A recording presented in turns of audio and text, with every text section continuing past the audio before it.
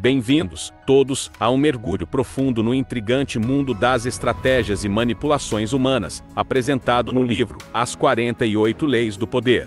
Neste vídeo, exploraremos a primeira lei que compõe essa obra magistral escrita por Robert Greene. Preparem-se para desvendar os segredos por trás da busca pelo poder e da influência, enquanto discutimos a essência da primeira lei e suas implicações nas interações sociais e nos jogos de poder. Nesta jornada intelectual, examinaremos como a primeira lei se manifesta, exemplos históricos de sua aplicação, e as reflexões contemporâneas sobre seu. A primeira lei estabelece um alicerce crucial para aqueles que aspiram a compreender e navegar pelo complexo tabuleiro das relações humanas. Então, se você está curioso para descobrir como os mestres do poder têm moldado o curso da história, através desses princípios sutis, não perca nem mais um segundo. Deixe seu like, e vamos começar nossa exploração pela primeira lei das 48 leis do poder, e desvendar os segredos por trás dessa obra singular, de estratégia e psicologia social. As 48 leis do poder, de Robert Greene. Lei número 1. Não ofusque o brilho do mestre. Julgamento. Faça sempre com que as pessoas acima de você se sintam confortavelmente superiores. Querendo agradar ou impressionar, não exagere exibindo seus próprios talentos ou poderá conseguir o contrário, inspirar medo e insegurança.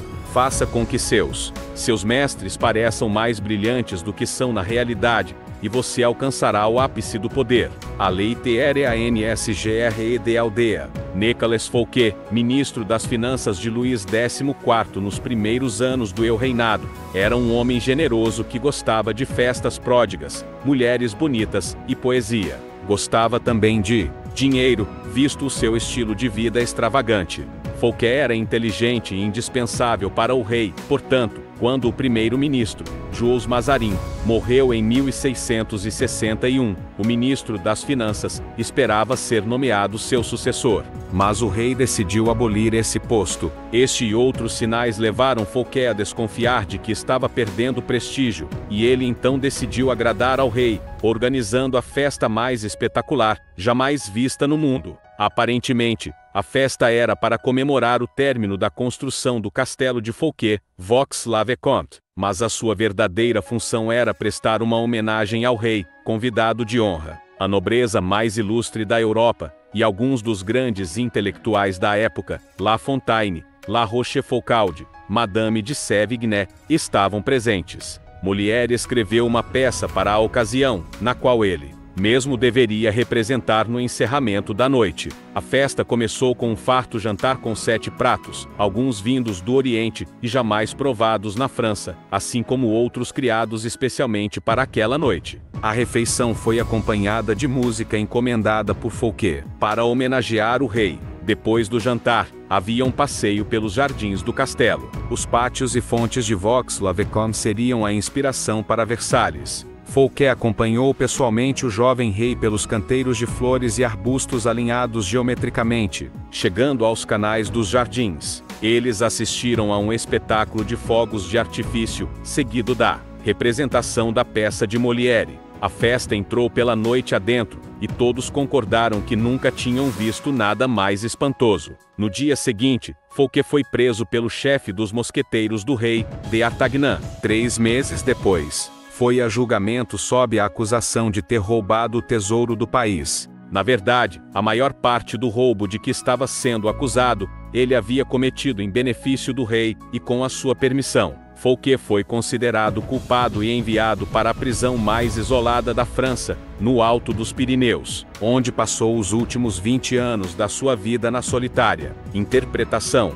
Luís XIV, o Rei Sol, era um homem orgulhoso e arrogante, que desejava ser o centro das atenções sempre. Não suportava ser superado em prodigalidade por ninguém, e certamente não por seu ministro das Finanças. Para o lugar de Luís escolheu Jean-Baptiste Colbert, um homem famoso por sua parcimônia e por promover as festas mais insípidas de Paris. Colbert garantiu que todo o dinheiro liberado do tesouro fosse parar direto nas mãos de Louis. Com o dinheiro, Louis construiu um palácio ainda mais magnífico do que o de Fouquet, o glorioso Palácio de Versalhes. Ele usou os mesmos arquitetos, decoradores e paisagistas. E em Versalhes, Louis deu festas ainda mais extravagantes do que aquela que custou a Fouquet a sua liberdade. Vamos examinar a situação. Na noite da festa, quando Fouquet ia apresentando a Louis um espetáculo após outro, cada um mais imponente do que o anterior, ele imaginava estar demonstrando a sua lealdade e devoção ao rei.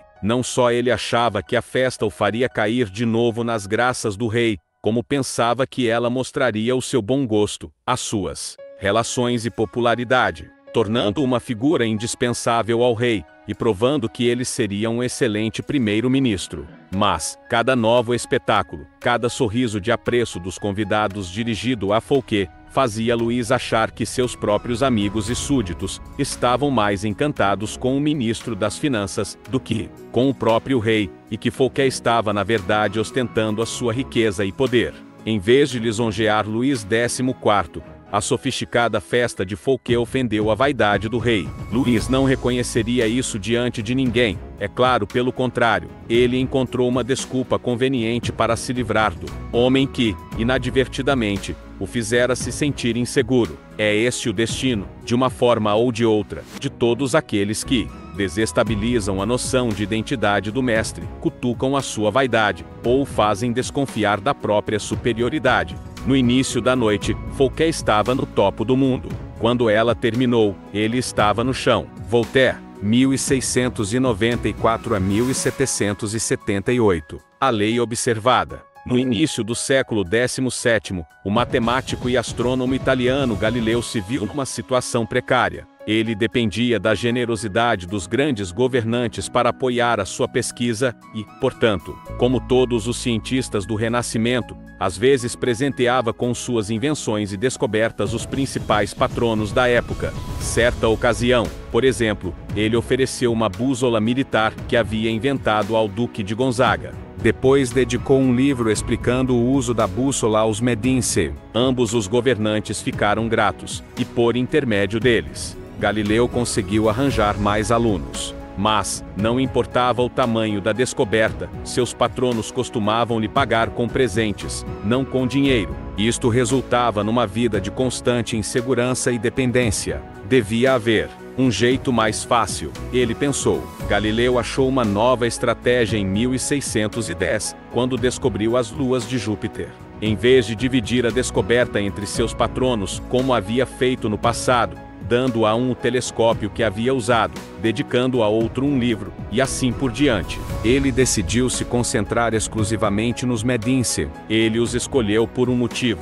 Pouco depois de estabelecer a dinastia dos Medici, em 1540, Cosimo tinha escolhido Júpiter, o mais poderoso dos deuses, como seu símbolo, um símbolo de poder que ia além da política e dos bancos, um símbolo que estava associado à Roma antiga e às suas divindades. Galileu transformou a sua descoberta das luas de Júpiter em um acontecimento cósmico homenageando a grandiosidade dos Médici. Logo após a descoberta, ele anunciou que as estrelas brilhantes, as luas de Júpiter, se apresentaram nos céus ao seu telescópio ao mesmo tempo em que Cosimo II era entronizado. Ele disse que o número de luas 4 se harmonizavam com o número dos Medici. Cosimo II tinha 3 irmãos, e que as luas giravam em torno de Júpiter, como estes 4 filhos giravam em torno de Cosimo I, fundador da dinastia. Mais do que uma coincidência, isto mostrava que os próprios céus refletiam a ascendência da família Medici.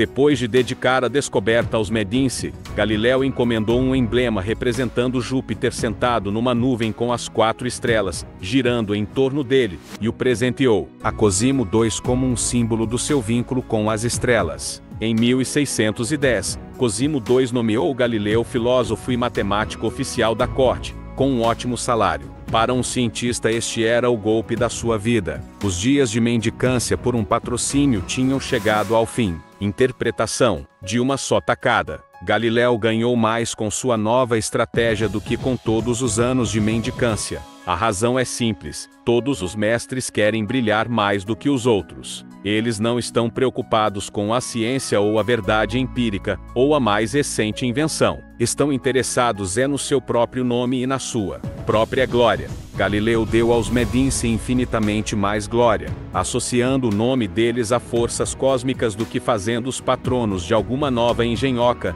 ou descoberta científica. Os cientistas não estão livres dos caprichos da vida na corte e da proteção de um patrono. Eles também precisam servir a senhores que controlam os cordões da bolsa, e os seus grandes poderes intelectuais podem fazer o senhor se sentir inseguro, como se estivesse ali apenas para suprir fundos, uma tarefa feia, ignóbil. O produtor de uma grande obra quer sentir que é mais do que apenas o financiador. Ele quer parecer criativo e poderoso, e também mais importante do que a obra produzida em seu nome. Em vez de insegurança, você deve lhe dar glória. Galileu não desafiou a autoridade intelectual dos Medici com a sua descoberta, ou os fez se sentirem inferiores de alguma forma. Ao associá-los com as estrelas, ele os fez resplandecer fulgurantes entre as cortes italianas. Ele não ofuscou o brilho do seu senhor, ele o fez brilhar mais do que todos. As chaves do poder. Todos têm as suas inseguranças. Quando você se expõe ao mundo e mostra os seus talentos,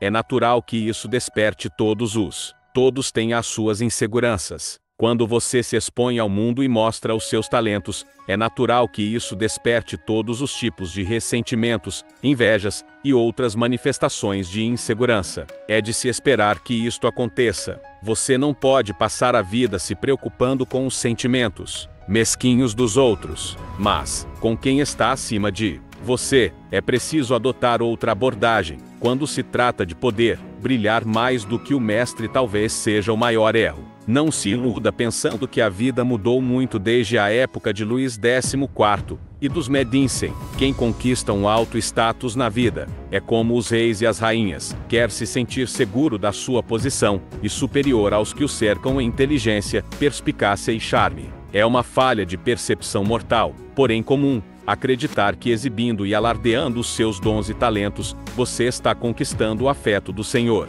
Ele pode fingir apreço, mas na primeira oportunidade vai substituir você por alguém menos brilhante, menos atraente, menos ameaçador, assim como Luís XIV substituiu o reluzente Fouquet pelo apagado Colbert. E, como no caso de Luís XIV, ele não admitirá a verdade, mas arranjará uma desculpa para se livrar da sua presença. Esta lei implica duas regras que você precisa entender. Primeiro, é possível inadvertidamente brilhar mais do que o Senhor sendo simplesmente você mesmo. Existem senhores que são mais inseguros do que outros, monstruosamente inseguros. Você pode naturalmente brilhar mais do que eles. Com seu charme e a sua graça, ninguém possuía mais talentos naturais do que Astorre Manfredi, príncipe de Faenza, o mais belo de todos os jovens príncipes da Itália. Ele cativava seus súditos com sua generosidade e espírito liberal. Em 1500, César Borgia sitiou Faenza.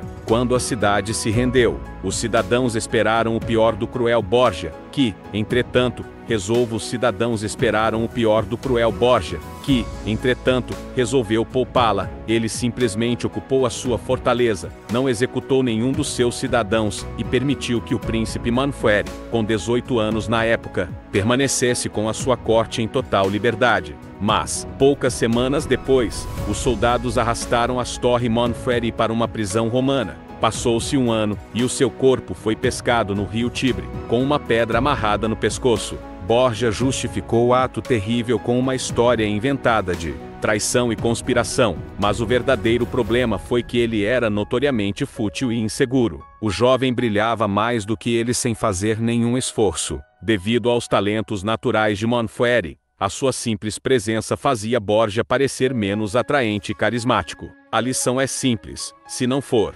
possível evitar ser charmoso e superior, você deve aprender a evitar esses monstros de vaidade. É isso, ou descobrir um jeito de apagar as suas boas qualidades quando estiver na companhia de um César Borgia. Segundo, não imagine que pode fazer tudo o que quiser porque o Senhor gosta de você. Livros inteiros poderiam ser escritos sobre favoritos que caíram em desgraça por considerar garantido o seu status, por ousar brilhar.